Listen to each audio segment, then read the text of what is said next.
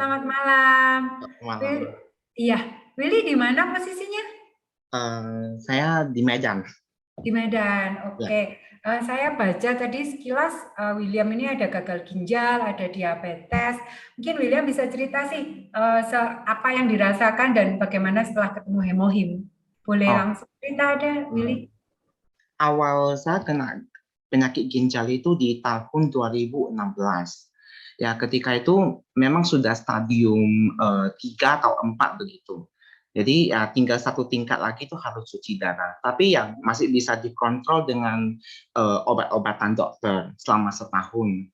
Tapi pun kesalahan saya sendiri, saya juga sering mencoba seperti obat-obat herbal yang menyebabkan ginjal saya itu tambah lama tambah parah. Nah, jadi di tahun 2017 itu gejala yang awalnya itu kambuh, seperti misalnya mual, muntah, kan. Terus badan terasa kaku seperti masuk angin dan seluruh badan bengkak begitu. Dan tahun 2017 itu saya divonis harus cuci darah karena tubuh saya itu sudah mengendap cairan selama 20 kilo begitu. Jadi ya saya cuci darah di tahun 2017 ya. Awal cuci darah itu pasti sangat susah ya bagi kita untuk menerima keadaan.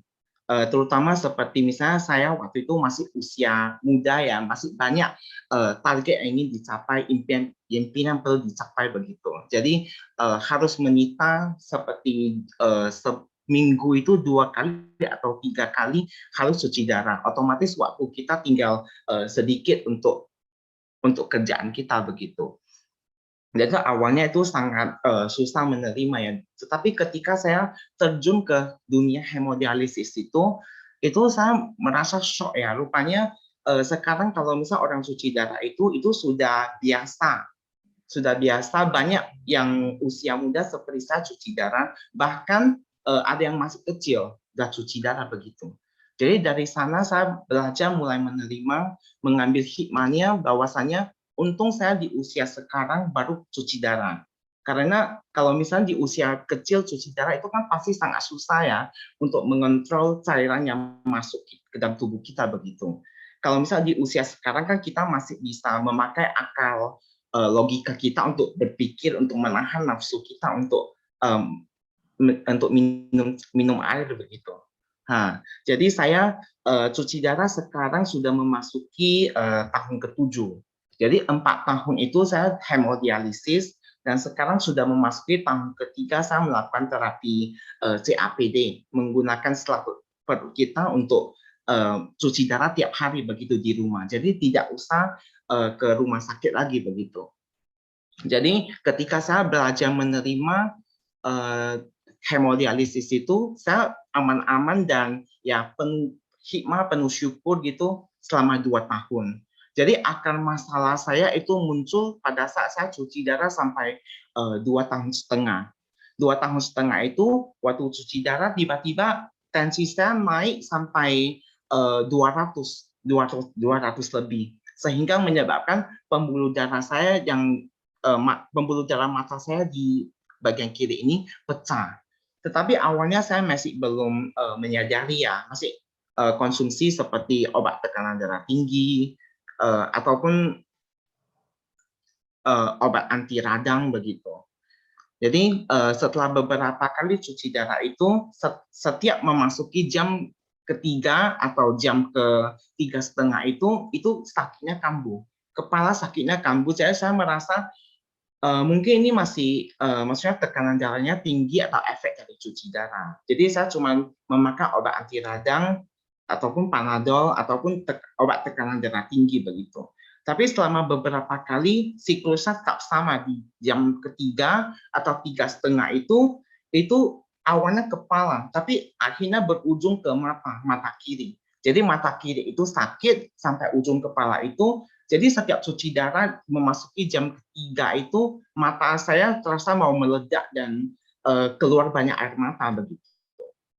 Tapi itu masih bisa dikontrol. Jadi ke dokter mata itu rupanya saya divonis mata saya ini kena glaukoma tingkat akhir. Jadi sudah tidak bisa diselamatkan. Jadi saya berpikir saya masih ada mata kanan.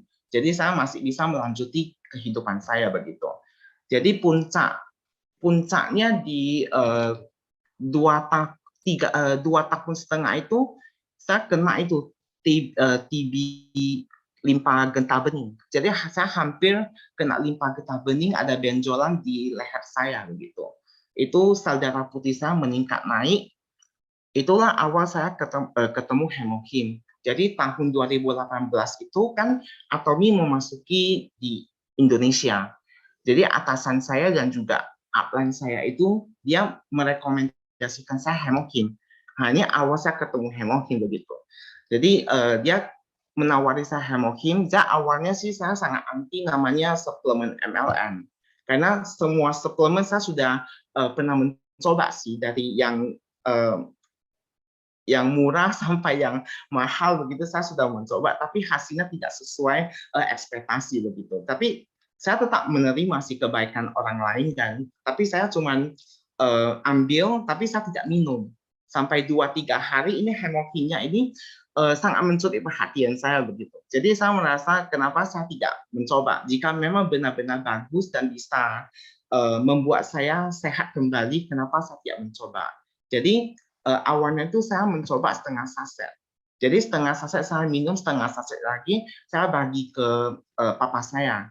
Sebab kan hemokim di tahun 2018 itu sangat susah didapati. Karena kan kita harus order dari Korea ataupun dari Malaysia begitu. Jadi sangat susah didapati. Saya konsumsi mulai dari setengah saset sampai hari ketiga, hari keempat. Saya merasakan perubahannya begini. Awal saya waktu ngajar itu, mungkin saya cuma bisa bertahan 30 menit berdiri. Sesudah itu saya harus duduk atau terkelungkup sambil ngajar. Itu sangat capek dan sering ngos-ngosan begitu. Tapi saya konsumsi hemokim setengah saset kan selama 3-4 hari itu, saya merasakan tubuh saya itu on fire terus. Saya tidak merasa capek, bahkan saya ngajar lebih dari 2 jam tidak merasakan itu capek begitu, dan tetap on fire semangatnya. Biasanya semangatnya itu harus kita dari dalam menyemangati diri sendiri begitu. Tapi setelah saya minum hemokim setengah saset 3-4 hari itu, tubuh saya otomatis semangatnya. Jadi saya mulai merasa wah, hemokim ini luar biasa juga ya, bisa membantu tubuh saya jadi fit kembali begitu, semangatnya. Jadi saya tingkatkan jadi 1 saset. 1 saset, 2 saset selama 2-3 bulan. Jadi saya konsumsi 2-3 bulan hemokim 1 saset sampai 2 saset itu, saya merasakan perubahannya di dialisis saya. Biasanya kalau saya siap dialisis ya, itu rasanya sangat bosan, bawaannya ingin tidur, bawaannya vertigo kan, ruangan saya berputar 365 derajat. Jadi saya seharian tuh harus tidur sampai keesokan harinya baru keenakan. Dan esoknya harinya itu baru fit 100%. Tapi sayangnya keesokan harinya itu saya harus menjalani siklus yang sama lagi, harus cuci darah. Jadi setelah saya konsumsi hemokim 2 bulan, saya merasakan setelah saya HD itu saya masih bisa melakukan aktivitas ngajar saya sehari-hari. Dan rasa vertigo itu hilang. Dan perubahan yang saya rasakan itu di hasil lab saya. Biasanya kalau cuci darah itu pasti HB-nya itu naik sampai tak wajar dan sampai tubuh kita merasa panas kan, terlalu tinggi kan nggak boleh terlalu panas. Jadi kalau misalnya atau rendah, serendah-rendahnya sampai kita harus transfusi darah. Tetapi hemokim saya konsumsi 2 bulan itu, saya merasakan hemoglobin saya itu tetap stay di angka normal, angka nyaman yang seharusnya nyaman bagi orang cuci darah. Dan saya mulai konsumsi hemokim itu, saya mulai menaruh kepercayaan di hemokim, sampai sekarang saya konsumsi 2 saset. Jadi kan saya memang ada diabetes. Sebelum saya mengkonsumsi hemokim itu HbA1c saya itu di angka 14, jadi sangat tinggi. Jadi setelah saya konsumsi hemokim selama 3 tahun ya, tanpa putus ya, 2 saset itu kan, sekarang HbA1 saya turun sampai angka normal, sampai 5,8. Jadi saya merasakan hemokim benar-benar sangat luar biasa sih. Terus 5 tahun lalu kan jari saya itu ada seperti daging mati, tumor. Kata dokter itu sih tumor tapi tidak bahaya. Itu tumor jinak. Katanya nggak usah dioperasi. Jadi saya tidak hiraukan. Jadi selama ini saya cuma konsumsi hemokim selama beberapa tahun ini. Jadi 3 hari lalu saya raba-raba jari saya. Saya shock kan, jari saya itu daging matinya hilang sendiri. Jadi saya merasa memang hemokim memberikan saya kesempatan kedua untuk kehidupan saya begitu, dan untuk mengejar impian saya. That's why saya terinspirasi dari hemokim. Saya menjalankan atomi dan ingin menjadikan atomi sebagai jembatan saya untuk membantu orang yang senasib saya. Saya merasa orang yang senasib saya itu berhak kok mendapatkan kualitas hidup yang selayaknya orang normal. Dan perubahan yang saya rasakan ketika saya minum hemokim itu, saya merasakan organ tubuh saya itu serasa hidup kembali. Kira-kira testimoni hemokim saya sampai di sini, semoga bisa membantu teman-teman sekali. Terima kasih. Willy, boleh tahu nggak Willy usianya berapa, Will? 30. 30 ya. Waktu Anda divonis harus hemodialisis, usia berapa ya berarti ya? 23. Oke, terus terang waktu kami ya, mungkin nggak cuma saya ya, mendengar perjuangan Willy ini nggak mudah loh untuk anak-anak seusia Willy yang masih 23 tahun lalu mengalami penyakit yang nggak pernah dibayangkan sebelumnya. Itu nggak semua orang bisa kuat seperti Willy gitu. Jadi buat teman-teman, ini menurut saya satu testimoni juga dari seorang anak muda yang nggak tahu ya Tuhan berikan apa untuk Willy, tapi saya yakin sekarang Tuhan berikan Willy untuk bisa membantu banyak orang lain yang mungkin nggak punya harapan tadinya. Willy kalau boleh tahu kadar air yang boleh masuk waktu harus HD berapa ya? Biasanya kan untuk orang-orang hemodialisis kan ada kadar air yang sehari boleh masuk gitu. Kalau waktu hemodialisis saya sehari cuma boleh minum 500 cc. Oke. Jadi boleh ya, ternyata istilahnya minum, banyak kontroversi terus terang ya.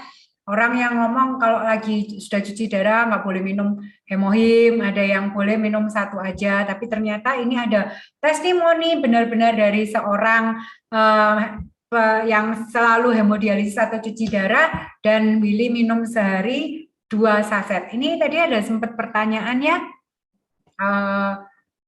Kalau minum dari setengah saset ke 2 saset tuh proses berapa lama, Will? Dari setengah saset kan di awal setengah saset, lalu kenapa Willy memutuskan minum 2 saset seperti itu? Sebab saya merasa setengah saset saya mengalami perubahan. Gimana jika saya tingkatkan menjadi 1 saset? Saya tingkatkannya bertahap sih. Jadi dari setengah saset ke 1 saset dulu. Setelah beberapa hari atau beberapa minggu, saya baru naikkan jadi 2 saset. Oke. Sampai sekarang masih ya? Masih 2 saset? Sampai sekarang tetap 2 saset sih.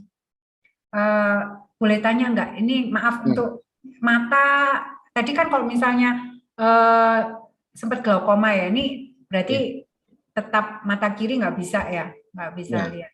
Masih nggak bisa? Mata kiri sudah tidak bisa melihat. Willy ngajar apa nih? Maaf kalau boleh tahu. Ngajar Mandarin. Oke. Laoshi. Jadi buat teman-teman ya, kalau ada vonis dari dokter, itu jangan terus membuat Anda down. Lihatlah seorang Willy yang menurut saya, dokter katakan apa, dia menjalani dengan semangat sampai saat ini dia 7 tahun menjalani hemodialisis. Berkurang nggak sih HD-nya maksudnya? Kalau saya sih memang sudah harus seumur hidup karena fungsi ginjal saya sudah tidak sampai 10%. Ini ada pertanyaan ya, saya sekalian bacakan karena langsung bersangkutan. Kok Willy apa masih bisa keluar pipisnya? Maksudnya apakah Kalau buang air kecil sudah tidak bisa. Tapi saya sekarang dari hemodialisis sudah menjalankan terapi CAPD. Jadi saya cuci darah itu di rumah setiap hari dengan memasukkan cairan ke dalam tubuh saya itu saya menggunakan selaput peritoneum untuk melakukan cuci darah. Jadi saya sekarang cuci darah tiap hari. Jadi asupan cairannya itu tergantung 24 jam bisa keluar berapa. Misalnya bisa keluar 2 liter, berarti saya sehari itu sekarang boleh minum 2 liter 500. Oke. Setiap hari melakukan sendiri ya itu terapinya ya Will ya? Iya. Luar biasa. Udah nggak ada yang namanya menyerah dalam hidup ya Will ya? Terus berjuang untuk tetap semangat, juga semangat buat orang lain gitu loh. Aduh, saya ngerasa nggak ada apa-apanya nih. Oke, nggak ada pertanyaan lagi ya kayaknya. Oh, ada minum yang lain nggak, Will, selain Hemohim? Ada. Saya ada minum spirulina, omega 3, reaktif kalsium, probiotik, fine gym. Itu nggak apa-apa nih. Kan kalau misalnya orang-orang yang udah masalah dengan ginjal, kan biasanya nggak berani minum yang suplemen. Maksudnya entah itu obat atau suplemen, mereka takut kan. Nanti kerja ginjalnya makin berat gitu. Apa yang Willy rasakan dengan minum, tadi udah disebutin banyak banget tuh. Karena saya sudah CAPD ya, jadi saya mungkin tidak takut karena pencucian saya itu tiap hari. Mungkin kalau misalnya saya sewaktu hemodialisis, saya akan merasa ketakutan. Tapi sekarang CAPD kan setiap hari kita pencucian. Jadi saya merasa aman sih. Oke. Udah dijawab ya, selain minum Hemohim, sekarang udah minum yang lain-lain ya. Maksudnya ada tadi apa aja, triaktif kalsium, Fine probiotik, apalagi Win? Maka mungkin omega 3, terus luasantin, probiotik, Fine Gym, pomegranate. Aduh, itu enggak ini. Kalau minum Hemohim kan harus banyak minum. Nah ini Bu Iren dia sudah sampaikan bahwa dia sekarang sudah melakukan CAPD, jadi cuci darah setiap hari sehingga itu nanti mesti cari ya CAPD apa ya kalau panjang disampaikan di sini. Jadi Willy sudah bisa melakukan cuci darah sendiri di rumah dan itu yang membuat tetap bisa meminum cairan bisa masuk sesuai dengan cairan yang dikeluarkan seperti itu ya Will ya. Ya. Terima kasih. Kayaknya nggak ada pertanyaan lagi. Terus semangat Will. Terima kasih sharingnya hari ini akan membuka banyak orang yang mungkin nggak punya. Orang tuh kalau divonis dokter sakit itu pasti udah lemes, nggak punya harapan. Terus akhirnya rasa hidup itu udah nggak mau hidup tak mau mati pun enggan gitu ya kata orang. Tapi buat teman-teman yang sudah mendengarkan cerita dari seorang Willy, seorang 30 tahun yang berjuang 7 tahun dengan hemodialisis dan dokter pun mengatakan dia harus cuci darah sampai seumur hidup dia masih tetap berjuang sampai sekarang, masih mempunyai semangat dan sekarang mau berbagi dengan teman-teman, itu luar biasa. Terima kasih Will, semoga berkat dari sharing Willy ini menjadi berkat untuk banyak orang juga. Terima kasih untuk Willy. 구독, 좋아요 눌러주세요.